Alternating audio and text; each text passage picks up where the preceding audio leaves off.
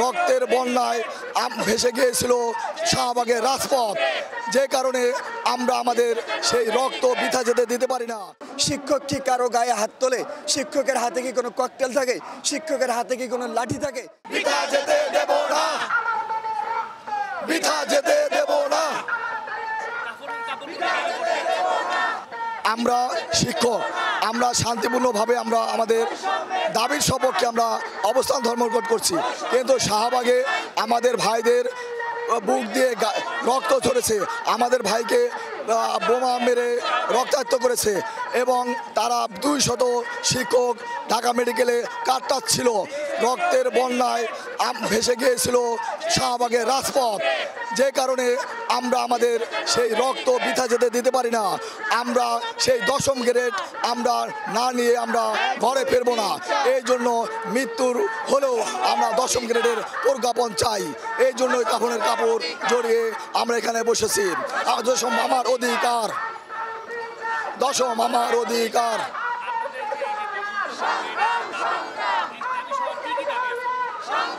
Sorry, আমাদের 10ম grade সহ আরও 2টি দাবি রয়েছে।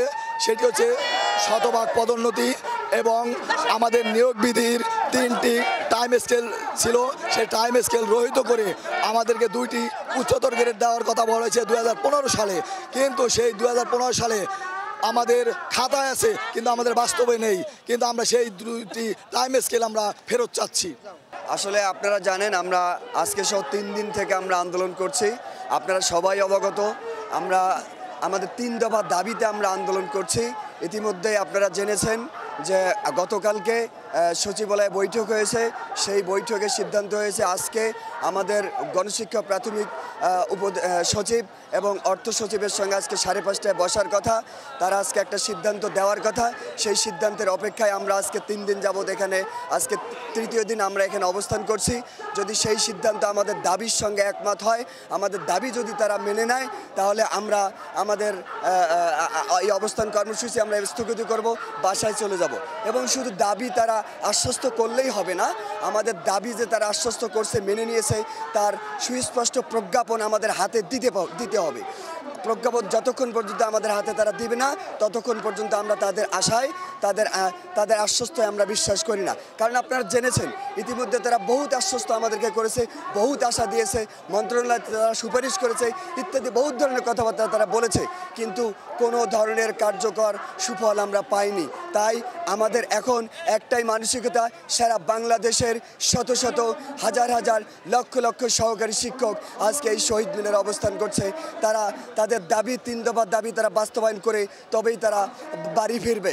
যতক্ষণ পর্যন্ত আমাদের দাবি বাস্তবায়ন হবে না, আমরা প্রজ্ঞাপন পাবো না, ততক্ষণ পর্যন্ত আমাদের দাবি চলতেই থাকবে। আপনারা জানেন আমরা গত পরশুদিন আমরা যখন শাহবাগে শান্তি শৃঙ্খলা আমরা অবস্থান করি, আমরা যখন কলম বিসর্জন আমরা দেওয়ার অবস্থান করি, সেই মুহূর্তে আমরা খুব সুশৃঙ্খল। আপনারা জানেন শিক্ষক কি কারো গায়ে হাত তোলে? শিক্ষকের হাতে কি কোনো ককটেল থাকে? শিক্ষকের হাতে কি কোনো লাঠি থাকে? শিক্ষক হচ্ছে শিক্ষা দেয়, শিক্ষক হচ্ছে জ্ঞানের ভাণ্ডার, শিক্ষক জ্ঞান ছড়ায়। শিক্ষক কখনো সন্ত্রাস বিশ্বাস করে না, শিক্ষক কখনো সন্ত্রাসী করতে পছন্দ করে না। অথচ আমাদের শিক্ষকের ওপর কীভাবে নির্মমভাবে অত্যাচার করা হয়েছে। গ্রেনেড, আমি নিজেও গ্রেনেড হামলার শিকার হয়েছি, যার কারণে আমরা এই হামলার তীব্র নিন্দা জ্ঞাপন করছি এবং আমরা চাই এর সুষ্ঠু তদন্ত হবে এবং এই বর্তমান অন্তর্বর্তী সরকার মাননীয় প্রধান উপদেষ্টা ডক্টর মোহাম্মদ ইউনূস, নোবেল বিজয়ী একজন শিক্ষা বান্ধব প্রধান উপদেষ্টা, উনি নিজেও একজন শিক্ষক। আমরা চাই উনি এই আমাদের শিক্ষকের মর্যাদাটা বুঝুক।